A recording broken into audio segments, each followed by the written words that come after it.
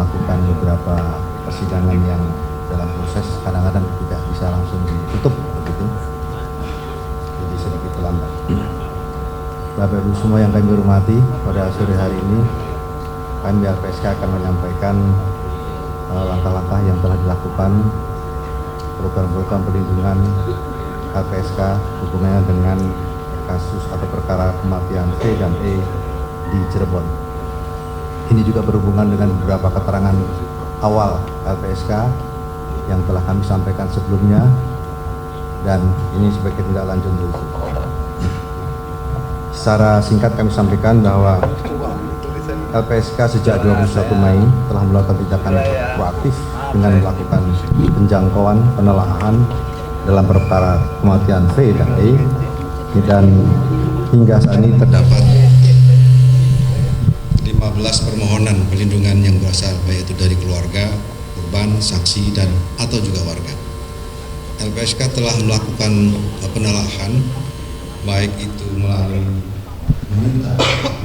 menelaah keterangan melalui wawancara pada keluarga korban dan juga saksi-saksi, dan pendalaman menimbul informasi keterangan dalam proses penelaahan tersebut, baik itu juga kepada Polda, Polres Cirebon, pada Irwasumpori juga, kemudian juga koordinasi dengan Kanwil Kumham Jawa Barat, Lapas Cajengkong Bandung, Rutan Kelas 1 Bandung, dan UPTD PPA Provinsi Jawa Barat. LPSK juga menelaah dokumen-dokumen lain, apakah itu salinan putusan, BAP, dokumen lain yang terkait dengan itu untuk mendapatkan dan mendukung keputusan LPSK. Dan dalam hubungan tersebut di atas kami sampaikan pada kesempatan ini bahwa pertama, LPSK memutuskan permohonan perlindungan yang sudah kita lakukan sebenarnya minggu lalu, sudah beberapa kita putus, dan hari ini juga ada kita yang putus. Pertama adalah menerima permohonan perlindungan dari keluarga V, 5 orang, apakah itu inisial BO, MR, SA, SK maupun SL, berupa program bantuan rehabilitasi psikologis, dan ini juga kita kerjasamakan dengan Pemprov DP3 AKB Provinsi Jawa Barat melalui UPTD PPA Provinsi Jawa Barat. Kemudian LPSK menolak permohonan 7 orang AR, SU, PS, MK, RU, TM, dan FR dengan pertimbangan karena tidak memenuhi syarat pelindungan yang dimaratkan dalam pasal 28 ayat 1 Undang-Undang 31 2014. Para pemohon dalam berikan keterangan informasi juga ada beberapa yang tidak konsisten, berubah-ubah. Ada juga yang bersifat normatif dan cenderung menutupi informasi yang berkaitan dengan suatu peristiwa. Kemudian LPSK juga menolak permohonan LA dan SD dengan pertimbangan ketiadaan proses hukum saat ini. Rekan-rekan kemarin juga sudah mengikuti bagaimana putusan dalam rangka pra-peradilan, karena permohonan pra-peradilan juga pra-peradilan tersangka P, S telah dinyatakan oleh PN Bandung, dan tentu dalam hal terdapat pemeriksaan kembali sebagai saksi dalam proses peradilan, LA maupun SD dapat mengajukan kembali permohonan ke LPSK untuk didalami lebih lanjut.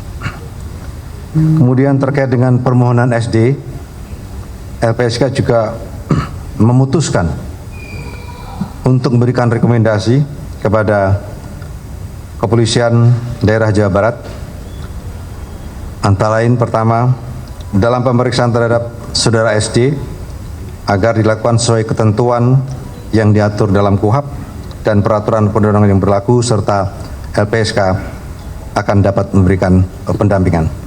Yang kedua, memastikan keselamatan dan keamanan terhadap saudara SD menjamin dalam memberikan keterangan tanpa tekanan serta bebas dari pertanyaan menjerat.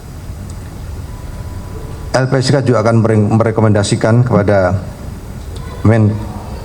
Menteri Hukum dan HAM, selaku Dirjen Pemasyarakatan, untuk dapat menempatkan kembali saudara SD sebagai warga binaan di lembaga pemasyarakatan, menjamin keselamatan dan keamanan dan menjalankan masa pidana dan pembinaan di lembaga pemasyarakatan sesuai dengan putusan pidana yang telah berkekuatan tetap serta menjamin hak-haknya.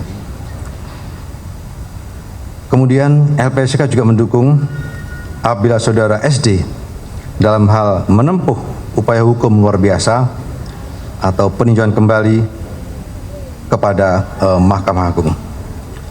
Khusus terkait dengan permohonan ST, LPSK memutuskan menerima permohonan yang bersangkutan, pemenuhan hak prosedural dan rehabilitasi psikologis. Selain itu juga berdasarkan penelaahan yang dilakukan oleh LPSK, terdapat beberapa temuan-temuan atau kejanggalan, antara lain adanya kejanggalan ketentuan KUHP dalam proses penyidikan yang telah dilakukan, dan adanya berdasarkan keterangan para pihak ada indikasi dugaan penganiayaan dan atau penyiksaan atau perlakuan yang tidak seharusnya yang terjadi pada tahun 2016. Selain itu juga terdapat inkonsistensi, ketidaksesuaian antara keterangan beberapa terdakwa berkaitan dengan peran masing-masing pelaku. LPSK juga masih terus mendalami beberapa kejanggalan tersebut dan mudah-mudahan juga nantinya akan kita teruskan kepada pihak yang terkait. Terima kasih. Assalamualaikum warahmatullahi wabarakatuh.